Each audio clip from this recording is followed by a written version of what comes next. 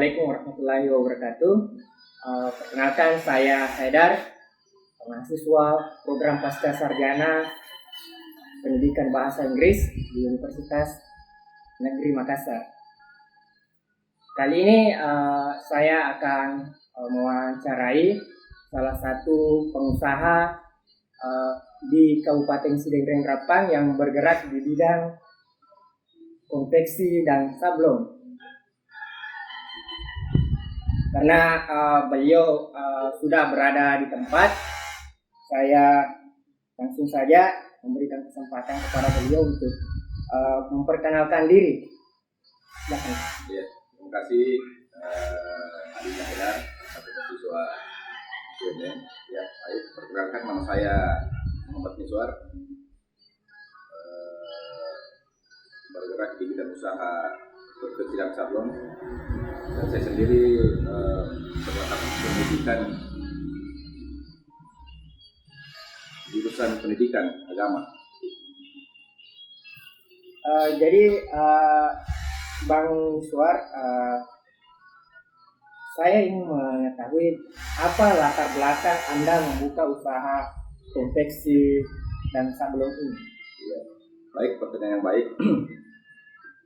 Ini juga banyak pertanyaan yang muncul dari teman-teman yang lain. Ya. Padahal kalau dipikir, saya ini adalah sarjana pendidikan, dalam hal ini pendidikan guru agama. Jadi saya ini latar belakang pendidikan, titelnya SPDI, sarjana pendidikan Islam. Tetapi terjun dalam dunia bisnis, gitu kan? Dalam hal ini konveksi dan sablon. Nah, saya pikir hari ini tentu orang sangat membutuhkan bidang dan jasa. Jadi saya melihat dari sisi itu,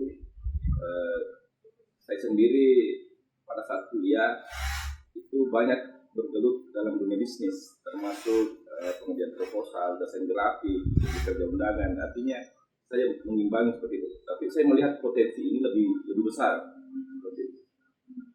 sehingga kreativitas saya dalam bidang desain grafik saya manfaatkan, kemudian saya terjun dalam dunia sablon. Awalnya sih sablon saja, tapi seiring perkembangan akhirnya saya merambah ke dunia konveksi seperti itu, karena ini berjalan seirama antara konveksi dan sablon, dan ini menjadi kebutuhan semua orang rata-rata seperti itu.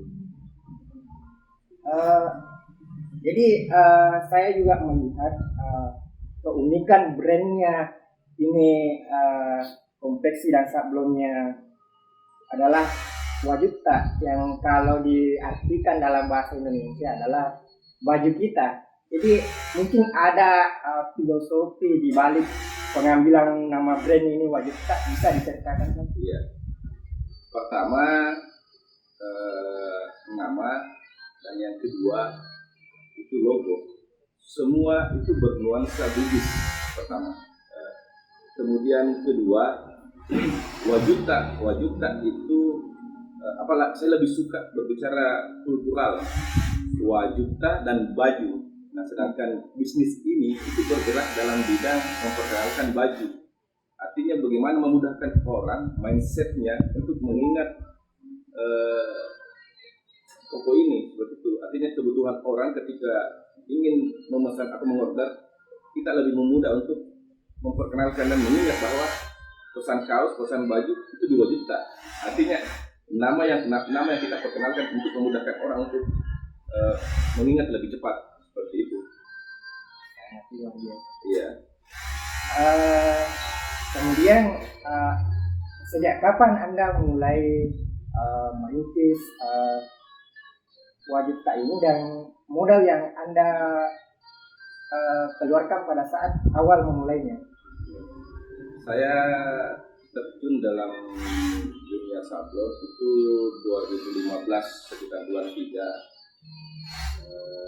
Kemudian modal yang saya keluarkan itu hampir dibilang minus, tidak ada sama sekali, karena saya cuma saya cuma pinjam istri untuk memulai, karena kita betul-betul mulai dari awal, dari dari kontrak toko yang kecil sehingga sampai memiliki toko permanen. Awalnya sih dari modal istri, karena perputaran uang itu lebih cepat sehingga ketika ada keuntungan baru kita kembalikan ke istri. Awalnya sih dari itu, tapi betul kita tidak punya modal. Tidak punya modal karena kita cuma meminjam uang di istri, itu pun emas yang kita masukkan ke pegadaian, kemudian kita pakai modal hasil keuntungan itu baru kita tutup. Awalnya sih dari situ.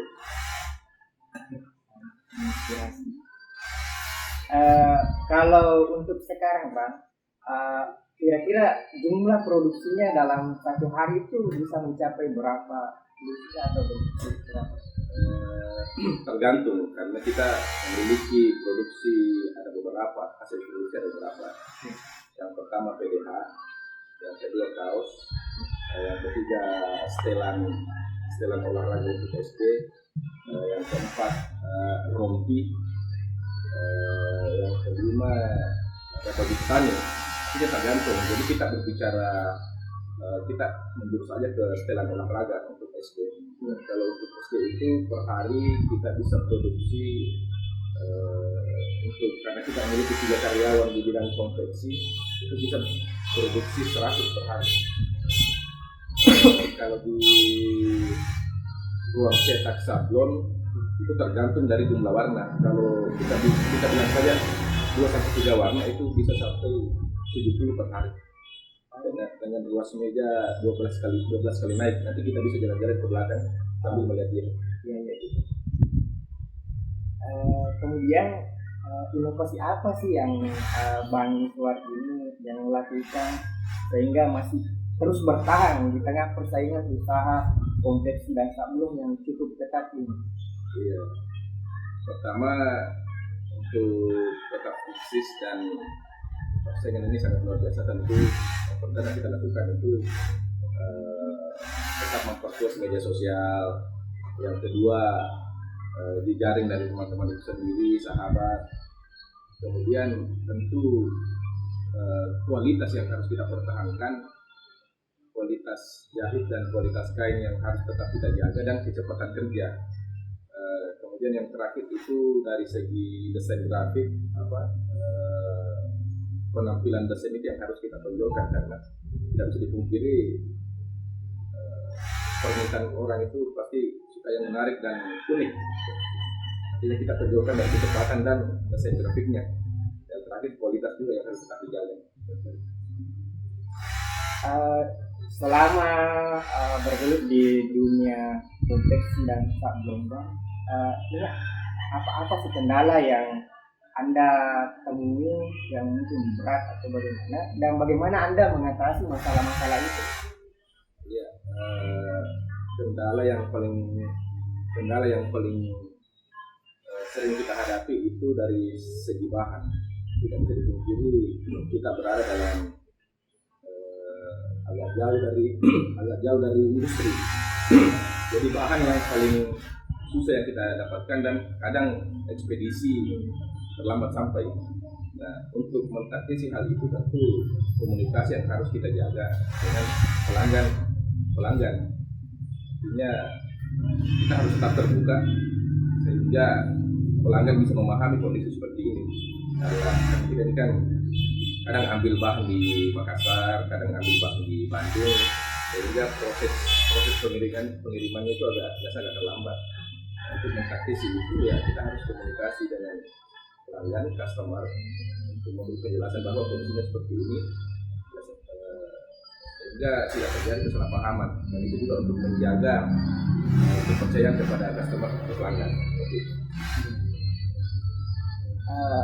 Jadi mengenai kendala itu tadi, apakah ada kendala lain yang Bang Miswar ini temui pada saat adanya pandemi COVID-19 kemarin? Ya, tentu pada saat COVID-19 ya kendala yang paling kita pada saat itu karena adanya PPKM, sehingga banyak orderan yang batal. Artinya apa banyak orderan yang batal sehingga orang juga membatalkan pesanannya karena mereka dilarang kumpul-kumpul pada waktu itu. Jadi untuk mengtaktisi kekurangan orderan di bidang konveksi kaos dan sablon, kita memproduksi apa yang menjadi kebutuhan tenaga kesehatan waktu itu, semacam APD, masker. Nah, itu yang kita produksi. Alhamdulillah kita mampu penuhi juga itu semua waktu itu. Kita cetak alat pelindung diri karena saat itu sangat susah. Jadi kita hadir untuk memenuhi itu. Kita mampu cetak 5.000 per itu. Karena ada beberapa instansi yang menelpon permintaan masker dan APD. Jadi kita memiliki 2 unit usaha, sablon dan konveksi. Tetapi yang berjalan pada waktu itu konveksinya. Sablonnya agak vakum karena permintaan sablon kurang, bahkan tidak ada pada waktu itu. Tetapi permintaan konveksi alhamdulillah tetap jalan. Karena kita mampu memenuhi alat pelindung diri, APD, dan masker. Jadi terakhir nih Bang, kira-kira ada pesan dan tips untuk para calon pengusaha baru ini? Untuk para calon pengusaha, tentu gali potensi diri, apa yang menjadi kelebihan pada diri Anda. Kemudian saran saya tetap terjun dalam dunia usaha, karena Indonesia hari ini itu lebih banyak orang membutuhkan jasa, sehingga jasa kita yang digunakan. Jasa itu punya harga. Jadi apa yang menjadi potensi diri kita, luapkan dalam bentuk kreativitas. Kreativitas itu yang kemudian orang hargai. Hari ini tidak ada yang gratis. Artinya tergantung dari kreativitas kita, bagaimana kita mampu meluapkan potensi kita, sehingga potensi kita orang mampu beli dan hargai hal itu. Kemudian ya tetap memanfaatkan waktu sebaik-baiknya, karena waktu itu sangat penting, karena waktu itu cepat sekali waktunya berjalan, sehingga ketika kita tidak mampu memanfaatkan waktu, maka waktu yang akan menghabisi kita. Luar biasa sekali. Makasih banyak Bang. Ya, terima kasih ya.